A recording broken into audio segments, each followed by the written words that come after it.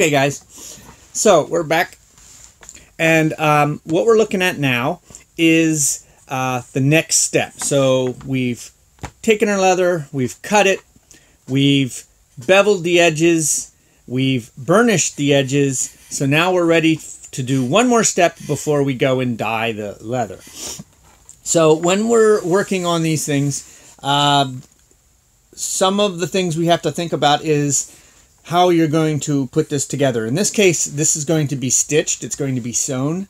So one of the great things about when you're working on leather, there's a lot of different ways you can do it. You could use rivets to assemble it, like I used this little pocket. That's just riveted on. Okay, it saves time, but it doesn't look quite as nice as the stitching. Okay, and stitching just adds a different kind of look. You can use different colored threads to create a different kind of feel or look for it. I purposely used the white so it would sort of stick out a little bit more. Even though the thread's really just a method of attachment, it's something to consider. But the next part that we're going to go over is an important step if you're going to stitch something or if you want to create sort of a decorative effect. And that involves the next tool we're going to talk about. Next tool we're going to talk about and use is a groover. Okay, now you can't tell, but there's a little teeny tiny, it's really small, like a little cutter that's in this tip, and then we have this guide that will slide back and forth, and this goes against the edge of your leather, and then this will groove a groove in the leather. It'll take away a certain part of it. So when you're doing something, you're essentially going to take this and you're going to run it along this edge using the little silver bit as a guide, and then as you trace down, okay, it might be easier to do this way. Okay, no. And as you trace down, it will actually cut a groove. Now I'll do that. You have to have a hard surface below, but I wanted to show you the tool. It's called a groover. Now that's not the only tool you can use to make grooves. You can also use a pair of dividers to create grooves. You just adjust it till you get the spacing that you want. If you just want maybe a slight, once you wet the leather, this will actually make an impression, and the dye will sort of settle into that impression and create kind of a look. It's not as pronounced as the groover. The groover actually will take away a layer of the leather. This just presses it down. So you have to consider what the effect it is, how prominent you want that to be, and what the purpose of the mark you're making is. In the case of this, what we're doing for this project, I want to use the groover because I actually want to make a physical indentation in the leather.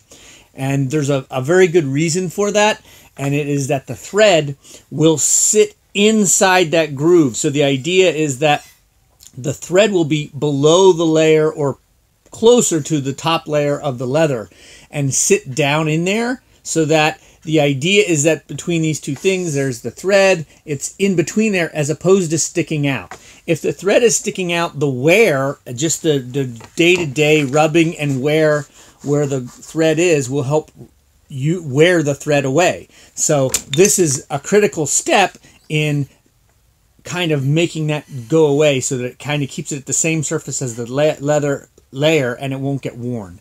And that's why it's one of the reasons we use the groover.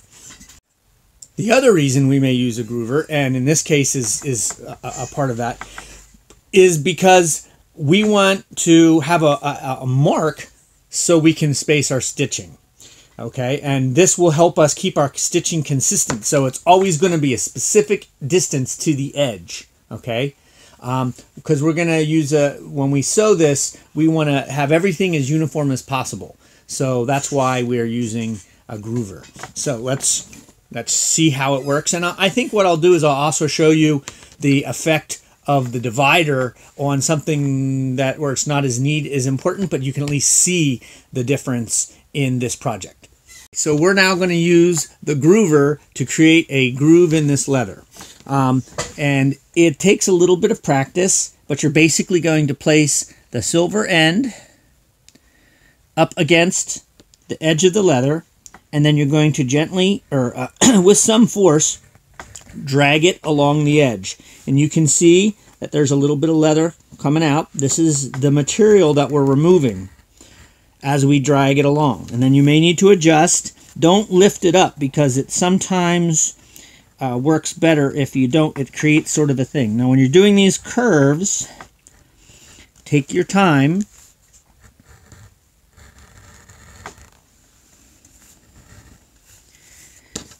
Always maintain contact with that silver guide against the leather. If it gets loose or comes off a little bit, you're going to see like a little bit of a bump. Now, it's not real crucial. This is going to be covered up by the thread. Okay, so we have that little piece of material that we cut, and you can see we have a groove cut in there, okay? And I don't know how well you can see that groove. Okay, so we're going to go and cut the rest of this. Okay, now a word of caution for when you're doing grooving or using the dividers to make a mark, and some additional information. When you make those marks, they are there.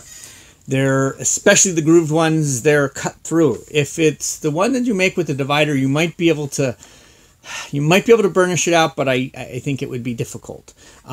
So if you're making something like this, and this distance for this flap, you're not exactly sure, because sometimes you're assembling something and you might make some alterations later as you're cutting it. And say maybe even in this little flap, I'm like, I think I need that to be shorter, because it's not a big deal to cut this and change the shape even after you've dyed it. You just sort of touch up the edges. So you have to make sure, because if I put a groove all the way around here, it's going to show up then, and if I were to cut it shorter, you're going to see that break. So just make sure that when you're doing that, you're aware that you are indelibly marking that leather. So if you make those changes, you might have to fix something or figure some way to do that, or make a completely new piece. And leather's expensive, so you don't want to be wasting time. Another word about that leather is, and using these tools, is that you can get groovers that don't have the little guide on them, and you can freehand designs into the leather. This isn't tooling per se.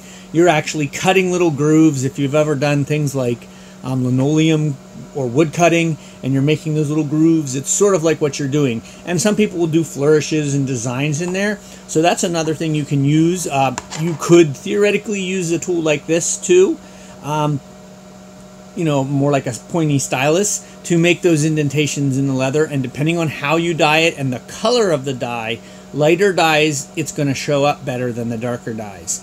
You get into the dark colors like black and dark brown, there's just not enough color difference between the ink, the dye that's settled in the grooves and the grooves themselves to be able to differentiate between those two.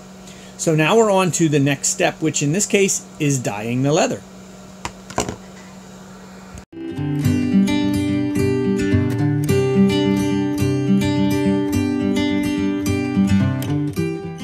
Hey guys, so while this is sort of drying up a little bit, I thought I would bring up something that we had talked about before, which was using either the dividers or the groover to make the grooves in the leather and what the difference would look like. So I figured I'd show you now, and I actually took this piece, and this is the bottom part of the bag. This is the part that'll get stitched. This is the top part. This is the cover or the flap. So if we look very closely, okay, get the right light, you can tell right there, that's the difference, okay? It's subtle, but if you look right there, all right, that's where it changes from the groover over here to the just pressing down with the scribe or the dividers, okay? It's a lot less in-depth. It is a bit sharper. This is more of a furrow, and this is just more of a thin like line, like a pen mark in the leather. But I did want you to kind of see what the difference would be, so that you could see the differing effects. Depending on how you dye something, the dye will oftentimes sit in this groove, and it makes a very attractive effect. You can kind of see it pretty well right here, okay,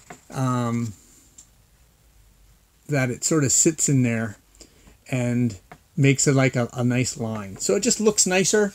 But again, remember that you run the danger of, if you have to cut anything, that may cause a problem.